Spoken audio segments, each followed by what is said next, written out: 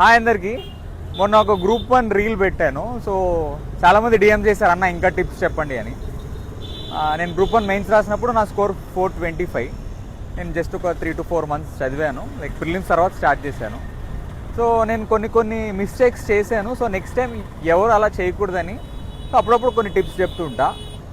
So major tip ఏంటంటే, like aspirants follow అవ్వాల్సింది major thing ఏంది అంటే, ఫస్ట్ థింగ్ లైక్ అందరికీ సబ్జెక్ట్ ఉంటుంది, అందరూ కొంతమంది రాయగలుగుతారు, లైక్ అంత నాలెడ్జ్ బేస్ ఉన్నాక ఫస్ట్ చేసే తప్పు 15 ఆన్సర్స్ ఉన్నాయనుకోండి.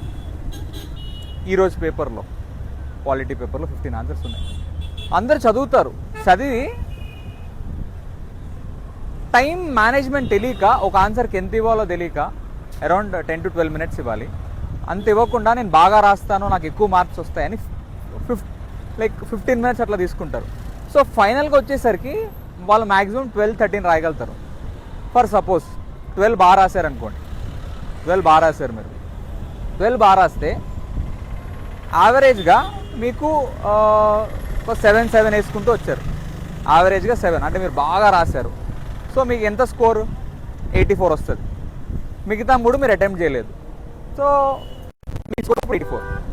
నాలాంటి ఎవరైనా యావరేజ్ స్టూడెంట్ ఉన్నాడు అనుకోండి, ఏదో మామూలుగా చదివేటాడు, అన్ని అటెంప్ట్ చేశాడు. 15 questions 15 అటెంప్ట్ చేసి బాగానే రాశాడు, పర్లేదు, పేపర్లు నింపాడు. టీజీపీఎస్సీ ఏపీపీఎస్సీలో అడ్వాంటేజ్ ఏంటంటే, మీరు ఆన్సర్ నింపారు అనుకోండి, ఒక 2-3 పేజీలు నింపారు అనుకోండి, మినిమం మార్క్స్ వేస్తారు 3-4 అట్లా.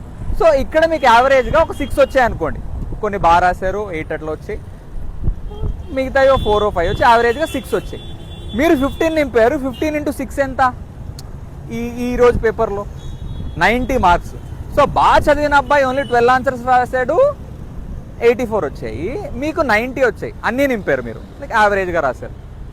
సో ఒక పేపర్కి 6 మార్క్స్ డిఫరెన్స్ ఉంది. ఈయన 3 ఆన్సర్లు వదిలేశాడు కాబట్టి, ఈయన యావరేజ్గా అన్నీ నింపాడు కాబట్టి. అట్లా మీకు ఎన్ని? ఆల్మోస్ట్ 6 పేపర్స్ ఉంటాయి. 6 పేపర్స్లో 6 మార్క్స్ డిఫరెన్స్ అంటే ఆల్మోస్ట్ అరౌండ్ 36-35 మార్క్స్. ఇదే గేమ్ చేంజింగ్ ఫ్యాక్టర్. ఇది ఎవ్వరు చెప్పరు యాక్చువల్లీ. ఇన్స్టిట్యూట్స్లో కూడా అది చదవండి, ఇది చదవండి, అది ఇది అంటారు. బట్ ఇది చాలా ఇంపార్టెంట్ ట్రిక్. అంటే మీరు ఏం చేయాలంటే, ఇన్ టైంలో ఆన్సర్స్ ఎలా కంప్లీట్ చేయాలి, అది మాత్రం చాలా నేర్చుకోవాలి. సో ఇది ఎవరైతే సీరియస్గా గ్రూప్ 1 రాస్తున్నారో, నెక్స్ట్ కానీ తర్వాత ఏపీపీఎస్సీ, టీజీపీఎస్సీ, యూపీఎస్సీ కూడా అంతే, విత్ ఇన్ టైం లిమిట్లో కంప్లీట్ చేయాలి అని ఖచ్చితంగా షేర్ చేయండి, చెప్పండి.